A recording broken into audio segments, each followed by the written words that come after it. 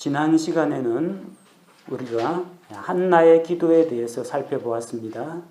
한나가 영이 슬픈 가운데 또 그 혼의 쓰라림을 안고서 통곡하면서 하나님 앞에서 간절히 기도하고 또 아이를 주시면 그를 하나님의 사람으로 만들어 평생 동안 하나님께 드리겠다, 그렇게 기도했습니다. 그리고 기도를 마치고 마음의 평안을 얻어서 돌아갔다고 했습니다. 자, 오늘은 그 기도 응답의 결과로 사무엘이 태어난 이야기를 살펴보겠습니다. 그래서 한나가 사무엘을 낳은 이야기, 한나가 사무엘을 양육하는 이야기, 한나가 사무엘을 주께 드리는 이야기, 세 가지가 오늘 본문에 나옵니다. 자, 명절 때 엘가나의 가족이 하나님의 집에 올라갔다가 이제 다시 돌아왔습니다. 한나는 마음속에 평안을 얻고 다시 돌아왔습니다. 엘가나의 가족이 라마로 돌아왔는데 아침 일찍 주께 경배하고 돌아왔다고 했습니다. 라마는 베들레헴에서 북쪽으로 기브와 조금 위쪽에 있습니다. 자, 돌아온 다음에 뭘 했습니까? 돌아온 다음에 엘가나가 한나를 알매, 엘가나가 자기 아내 한나를 알매라고 했습니다. 이 알다라는 히브리어에 해당하는 이 알다라는 동사는 단순히 어떤 지식을 습득해서 알다, 그런 개념이 아니고요. 전인격적으로 아는 것을 이야기합니다. 창세기 4장 1절에 아담이 자기 아내 이브를 알매라고 했죠. 여기서 알다라는 그 의미는 우리의 영과 혼과 몸이 하나가 되는 걸 이야기합니다. 아주 심오한 이야기예요. 우리 흔히 이야기하기를 아직까지 남자를 알지 못하는 처녀, 그런 식으로 이야기하는데요. 그 알다라는 것이 단순한 육체적인 접촉만을 의미하는 게 아니라는 겁니다. 개역성경에는 단순하게 번역했어요. 아담이 자기 아내 이브와 동침하매, 엘가나가 한나와 동침하매 했는데 단순한 동침의 문제가 아니라요. 전인격적으로 아는 것을 의미합니다. 그러니까 누구하고만 이런 게 가능하겠어요? 둘이서 한 몸을 이룬 부부 사이에나 가능한 이야기입니다. 자, 그렇게 엘가나가 한나를 알매 주께서 한나를 기억하셨다고 했습니다. 한나는 기도할 때 앞서 우리 11절에서 주께서 주의 여종의 고통을 돌아보시고 나를 기억하시며 나를 기억해 달라고 했습니다. 여러분, 하나님 앞에서 기억된다는 게 어떤 의미가 있겠습니까? 하나님은 전지전능하시기 때문에 다 알고 계십니다. 하나님의 백성도 알고 계시고 저기 어둠 속에서 죄를 짓고 있는 사람도 다 알고 계십니다. 그들의 선한 일, 악한 일, 헛된 말 다 기억하십니다. 여기서 기억하다는 것은 하나님의 기억자락 속에 어떤 지식이나 정보로 남아있는 것을 의미하지 않습니다. 기억하다, 하나님 앞에서 인정받는 것을 말합니다. 상대방을 생각해주고 배려하고 그의 존재를 인정하는 것, 그게 기억하는 겁니다. 한나는 기도할 때 주께서 나의 이 고통을 돌아보시고 제발 나를 기억해 주십시오. 나를 알아주십시오. 나에게 주목해 주십시오. 그렇게 구했습니다. 근데 그 기도 응답이 왔어요. 주께서 그녀를 기억하시니라.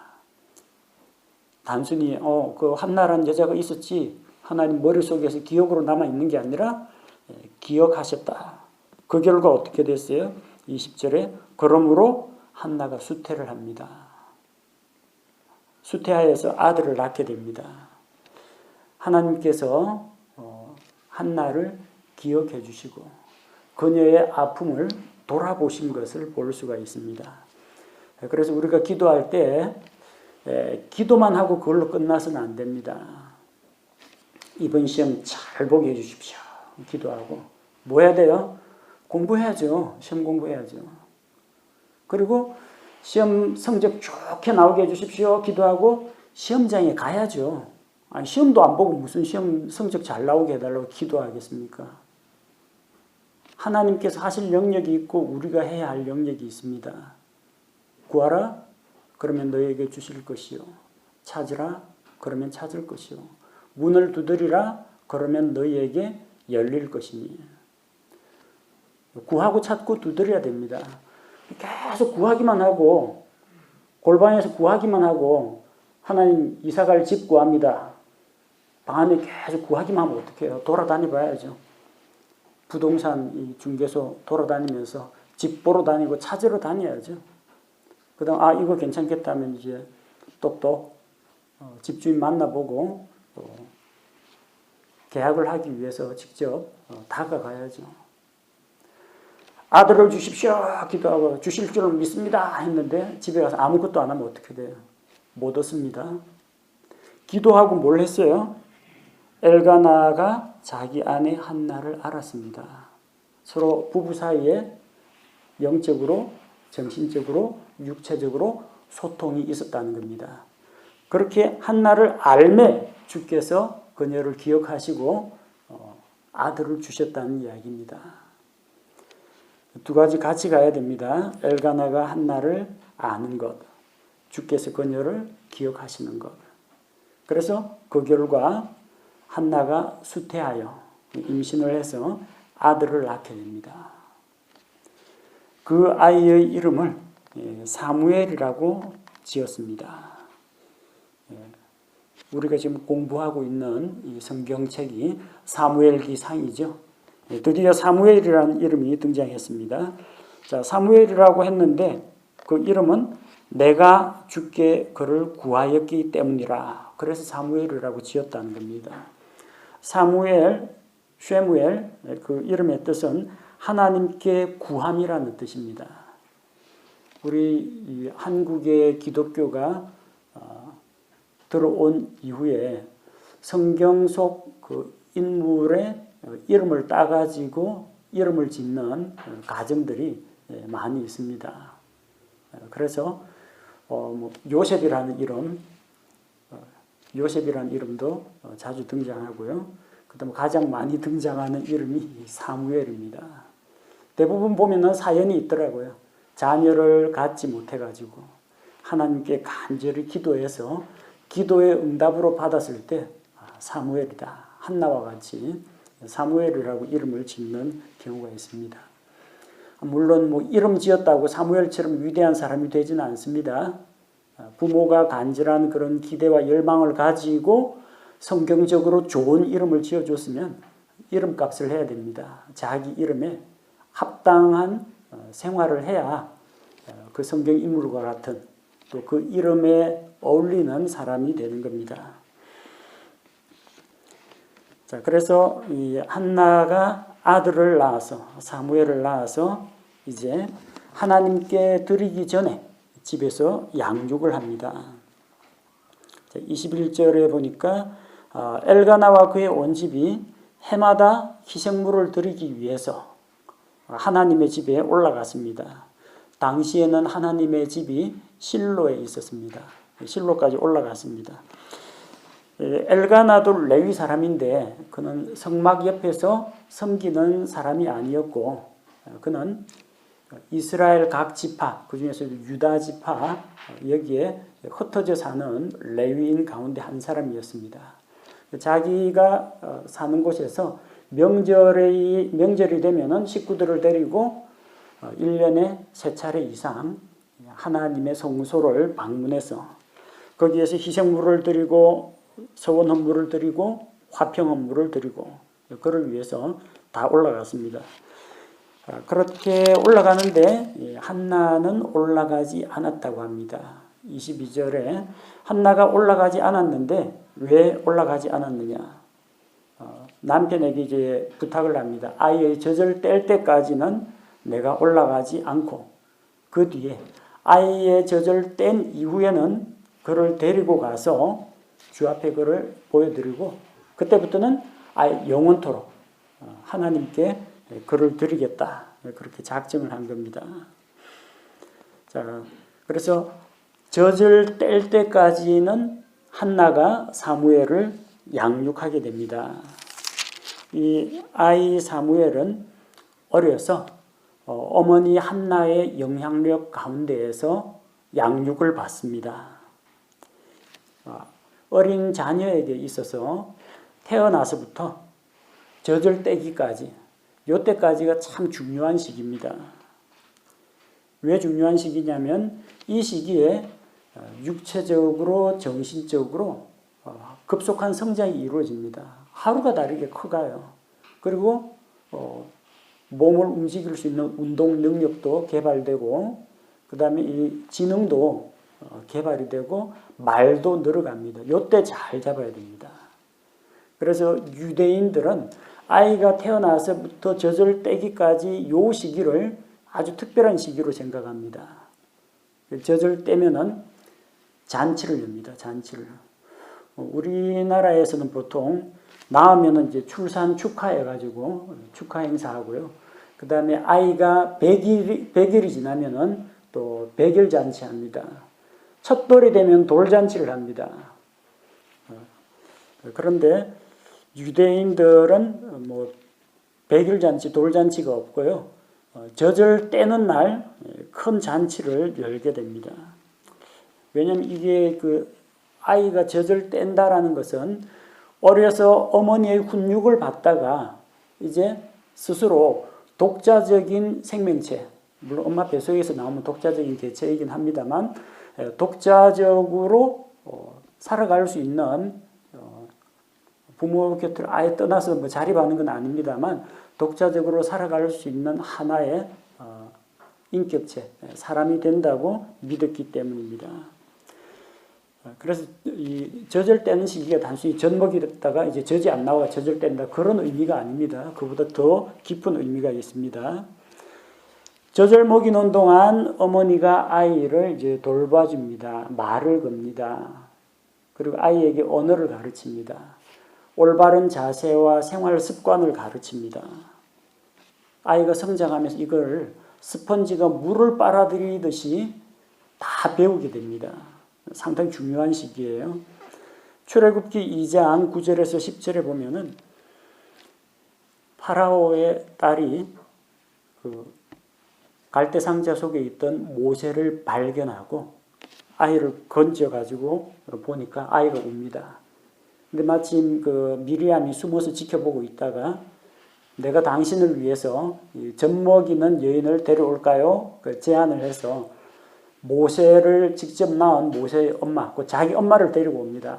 그래서 이 사람을 유모로 추천하고 그 모세의 엄마가 모세를 젖을 먹이면서 키웁니다. 그래서 출애굽기에 보니까 그 여인이 아이를 데려다가 젖을 먹이니라. 그 아이가 자라매 그녀가 그를 파라오의 딸에게 데려가니 그가 그녀의 아들이 되니라. 파라오의 딸에게 넘겨주기 전에 젖을 떼기까지는 엄마가 키웠다는 이야기입니다.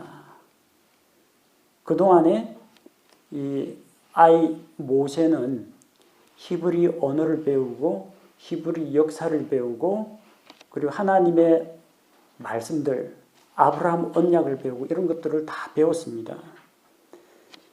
이 젖을 떼기까지의 시기가 꽤나 깁니다. 우리나라에서는 보통 1년, 1년 반, 뭐 길면 2년 동안 젖을 안 놓는 아이도 있다고 하는데 한 4, 5년 되면요 젖이 안 나옵니다. 혹시 뭐 둘째, 셋째 낳았으면 몰라 또다시 또 젖이 나올까? 그렇지 않으면은 이거 4살, 5살 됐는데 엄마 젖을 빨아봤자 젖 안 나옵니다. 이 젖을 떼는 시기, 이후기가 이 젖 먹다가 젖이 안 나와서 젖을 못 먹는 그런 시기가 아니고요. 교육하던 기간입니다. 교육기간이에요. 창세기 21장 8절에 보면은 이 젖 떼는 이야기가 나오는데요. 아브라함과 사라에게서 이삭이 태어납니다. 21장 8절에 아이가 자라매 젖을 떼고, 이 아이가요 child입니다. child, baby 아닙니다. 베이비가 아니고 child라고 되어 있어요. 우리 child라고 할 때는 보통 4살에서 7살 정도를 child라고 합니다. 아이가 자라매 젖을 떼고, 그럼 4살에서 7살까지 젖을 먹었다는 이야기가 아니고 이때까지가 엄마 품에서 교육을 받는 시기입니다. 이삭이 젖을 떼던 바로 그날에 아브라함이 큰 잔치를 베풀었더라. 아이가 성장하는 과정에서 이 젖떼는 시기에 잔치가 한번 벌어지고요. 그 다음에 성인식 할 때 잔치가 또 벌어지고 합니다. 상당히 중요한 시기예요. 그래서 엄마에게서 뭐 젖이 나오느냐 안 나오느냐 그런 문제가 아니라 엄마로부터, 모체로부터 독립할 수 있는 시기라는 뜻입니다. 우리나라식으로 이야기하면 좀 쉽겠네요. 조금 이게 철없는 행동을 하는 사람 보고 집에 가서 엄마 젖이나 더 먹고 와라 그러잖아요. 우리 엄마 젖도 안 나오는데요. 그 이야기가 아니고요.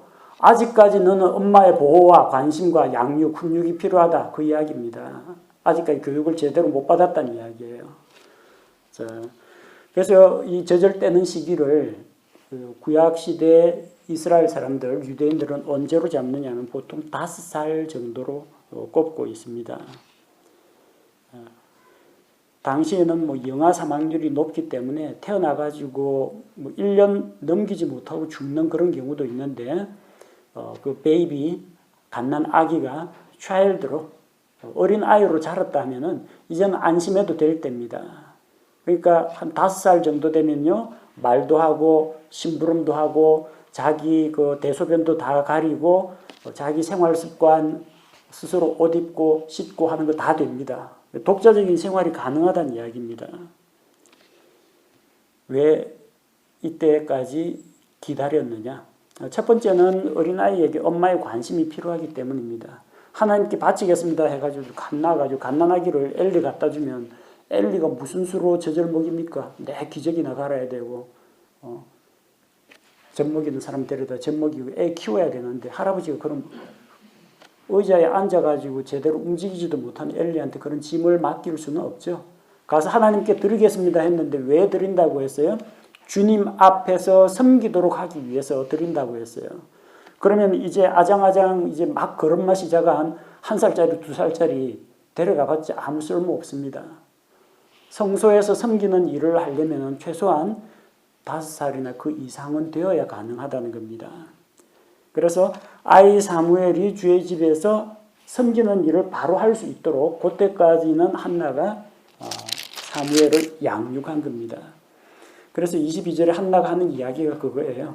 나는 지금 올라가지 않고 아이를 충분히 양육해서 적어도 좀 재구실을 할 수 있는, 독자적으로 살아갈 수 있도록 교육하고 훈련시킨 다음에, 그 다음에 하나님의 집에, 엘리 제사장이 있는 하나님의 집에 갖다 주고 거기서 평생 동안 섬기도록 하겠다.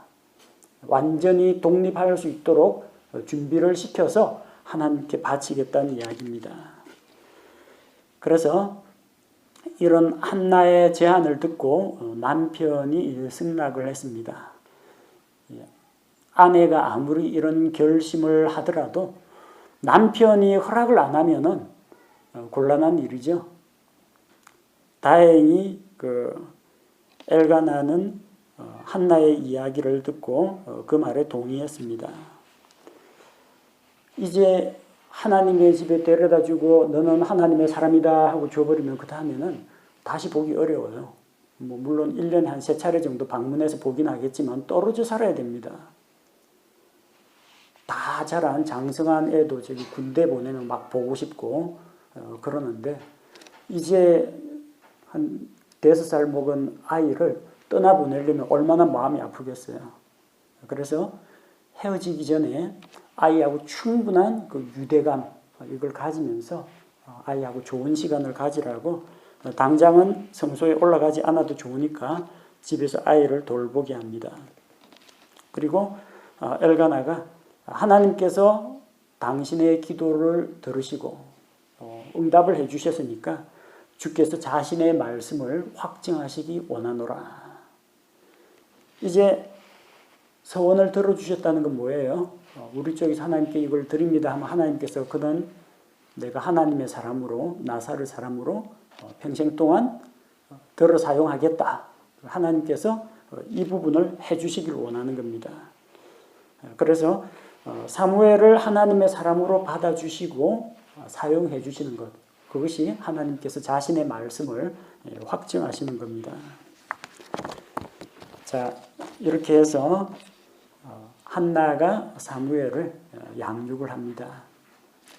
어머님 곁에서 젖도 먹고 또 같이 대화도 나누고 또 성경 말씀도 나누고 레위 사람 집안이니까 율법서도 있을 거 아닙니까? 같이 율법의 말씀도 같이 나누고 글자도 가르쳐야죠. 히브리 글자도 또 가르치고 뭐 성소에서 섬김의 일을 할 수 있도록 충분히 교육을 시켰습니다.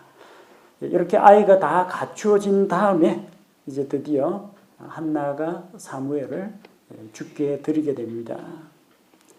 24절에 보니까 엘가나와 한나가 사무엘을 데리고 실로에 있는 주의 집에 올라갑니다. 그곳에 언약궤가 있고 성소가 있기 때문입니다. 올라가면서 하나님께 드릴 예물을 준비하죠. 수소가 3마리, 밀가루가 1에바, 포도즙 1부대. 이게 다 하나님께 드리는 예물입니다. 수소는 아마도 번제나 화평헌물로 드렸을 겁니다. 하나님께 나아가기 전에 먼저 하나님과 그 관계를 하나님과의 그 관계, 교제 관계 회복을 위해서 번제헌물로 태워서 드리는 희생물로 드리고, 또 한나가 그동안에 기도해서 이제 서원을 이행하러 가는 거죠. 산에 아이를 주시면 내가 그를 반드시 평생 동안 나사르 사람으로 하나님께 드리겠습니다. 서원을 했죠. 이제 아이를 주셨어요. 아이가 충분히 양육을 받아 자랐습니다. 이제 하나님께 드리는 일이 남았다는 겁니다. 하나님께 드림으로써 한나의 서원이 완성됩니다. 약속을 지켰습니다. 하나님, 아이 데리고 왔습니다. 그래서 서원을 드릴 사람이 서원의 만기가 되었을 때 하나님 앞에서 서원 기간이 만료가 되었고 이제 드디어 약속을 이행하게 되었습니다 하고 신고하면서 하나님 앞에 나와서 화평헌물을 드리게 됩니다. 수소 3마리 중에서 이렇게 화평헌물로 드린 것이 있습니다. 그 다음 밀가루 1에바라고 했는데, 밀가루는 뭐냐면은 하나님께 드리는 짐승헌물 말고, 피가 있는 짐승헌물 말고 음식헌물이 있습니다. 고운 밀가루에 기름을 섞어 가지고 태워서 드리기도 하고, 고운 밀가루를 기름 반죽을 해서 프라이팬 같은데, 철판 같은데 붙여 가지고 납작한 빵을 만들어 가지고 드리기도 합니다. 음식 헌물로 드리는 것이고, 포도즙 1부대, 이건 뭐냐면은 하나님 앞에 드리는 헌물 가운데 부어 드리는 헌물이 있습니다. 전제라고 합니다. 전제. 여러분 호머의 일리아드 오디세이 혹시 읽으셨으면은 그리스 사람들이 이 신들에게 이 희생물을 드리고 그 희생물이 제단에 타고 있는데 불을 끌 때 뭘 하느냐면요, 포도즙을 부어 가지고 불을 끕니다. 그래서 향기가 쫙 퍼지게 됩니다. 부어 드리는 헌물, 포도즙을 부어서 드렸는데 그때 사용하는 게 이제 포도즙 1부대입니다. 1부대 다 붓지는 않았겠죠. 화평헌물 드리고 하나님 앞에서 또 먹고 마시고 즐거워해야 하니까 식구들 먹을 것까지 같이 해서 잔뜩 준비를 해갔습니다. 당시에 그를 데리고 갔는데 아이는 아직까지 어렸습니다. 아이라고 했는데 여기서도 아이는 child를 이야기합니다. 이제는 그 어린 아이인데 같이 스스로 이제 걸어 다니고 말하면 알아들을 수 있는 그런 나이가 되었습니다. 25절에 그들이 수소를 잡아서 주께 드렸다고 했습니다. 하나님께서 아들을 주신 것에 대해서 감사하는 마음으로, 감사물로, 또 한나가 자기의 서원을 이행하기 위해서 서원 예물로 드리는 겁니다. 그리고 그 아이 사무엘은 엘리에게로 데려갑니다. 엘리가 알아봤을까요? 못 알아봤을까요? 의자에 앉아가지고 꾸벅꾸벅 힘이 없는 그리고 눈도 어둡고 정신력도 아마 흐릿했을 겁니다. 그리고 전에 그 뭐 이상하게 술 취한 것처럼 보이던 그 여자, 나는 술 취한 게 아니라는 게 밝혀졌지만 5년 뒤에 찾아갔는데 글쎄 기억했을지 모르겠어요. 아마 기억 못했을 것 같아요. 그래서 26절에 한나가 이야기합니다. 오 내 주여, 당신의 혼이 살아계심을 두고 맹세하노니 내 주여, 나는 여기에서 당신 옆에 서서 주께 기도하던 여자입니다. 엘리가 나이가 많고 또 기억력도 흐릿하니까 못 알아볼 가능성이 높습니다. 그러니까 이제 배경 설명을 해주는 거예요. 다짜고짜 이 아이 여기 맡길게요 하고 주면은 이 사람이 왜 고아원도 아닌데 애를 맡기나 그럴 수가 있거든요. 내가 이전에 여기서 혼의 쓰라림 가운데에서 마음을 쏟아서 하나님께 기도하던 당신이 그 오해했던 바로 그 여자입니다. 혹시 기억하실런지. 근데 그 기도에 하나님께서 응답을 해주셨고 제가 이렇게 아이를 적어도 제 앞가림은 할 수 있을 정도로 말귀는 알아들었고 심부름 할 수 있을 정도로 키워가지고 이제 약속을 이행하러 데리고 왔습니다 하고 엘리에게로 데려오는 겁니다. 엘리가 당시에 제사장이었기 때문에 같은 또 레위 사람 아닙니까? 그러니까 이 아이는 레위 사람의 아이, 곧 레위 사람의 아이인데 성소에서 섬기는 일에 써주십시오 하고 하나님께 바치는 겁니다. 아이를 바친다는 게 여러분 뭐 성경에 나오니까 야 멋있다 그럴지 모르는데 이게 쉬운 게 아닙니다. 부모된 입장에서 이 어린아이 조금 더 곁에 두고 조금 더 장가갈 때까지는 붙잡아 두고 싶은 이 사내 아이인데 그걸 선뜻 하나님 앞에 드린다는 거 쉬운 일이 아닙니다.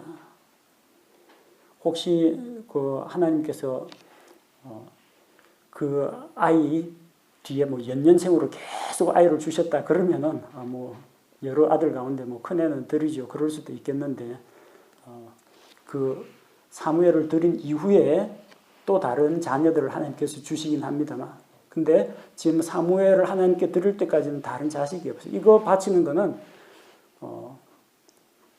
자기에게 있는 모든 걸 다 바치는 겁니다. 바치고 나면 아무것도 없어요. 다시 엘가나하고 한나 사이로 돌아갑니다. 그런데도 하나님께 드린다는 겁니다. 부모 마음이 그렇게 막 유쾌하고 즐겁진 않았을 겁니다. 하나님 앞에 내가 세운 거룩한 언약을 이행한다. 그것 때문에 드린 겁니다. 하나님께서 약속을 지키셨죠.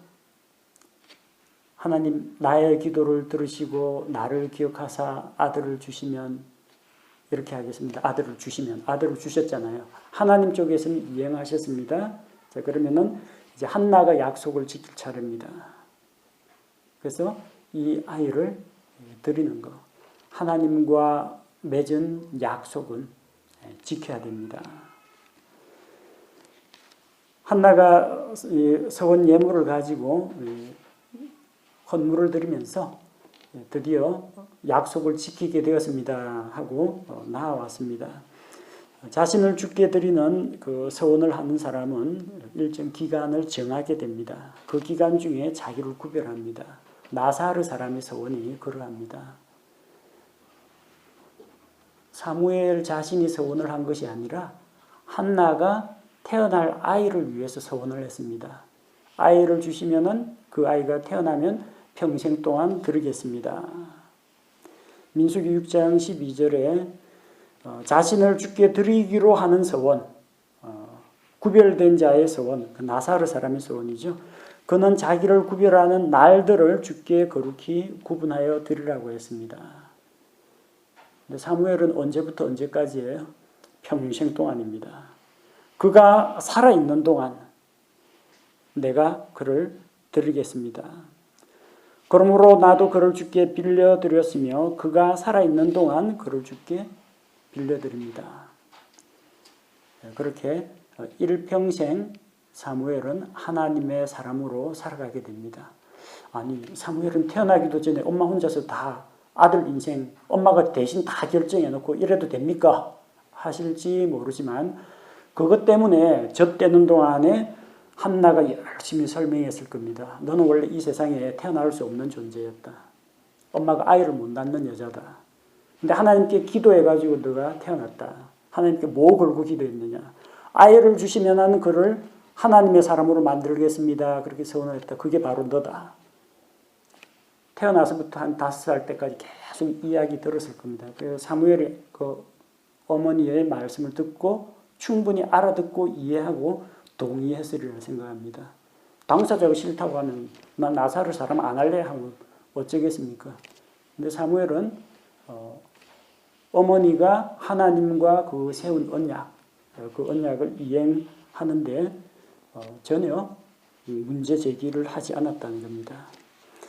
여기 보니까 조금 특이한 표현이 나오죠. 28절에 보니까 나도 그를 주께 빌려드렸으며 살아있는 동안 그를 주께 빌려드립니다. 아니, 주려거든 하나님께 온전히 드립니다. 전적으로 드립니다. 뭘 빌려줘요? 나중에 돌려받을 건가요?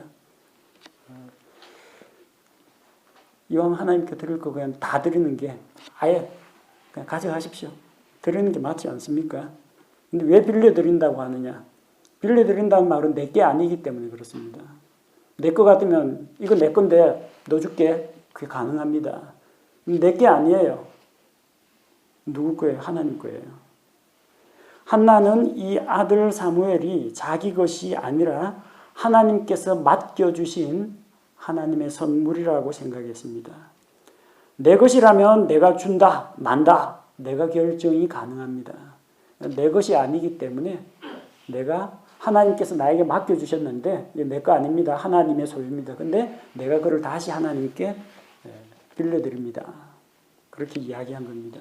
우리 이전에 출애굽기 강의할 때 이거 한번 다룬 적이 있습니다. 출애굽기 12장 36절에 주께서 이집트 사람들의 눈앞에서 백성에게 호의를 베푸사 그들이 요구하는 것들을 그들이 빌려주게 하셨으므로 이스라엘 백성이 이집트에서 해방되어서 나갑니다.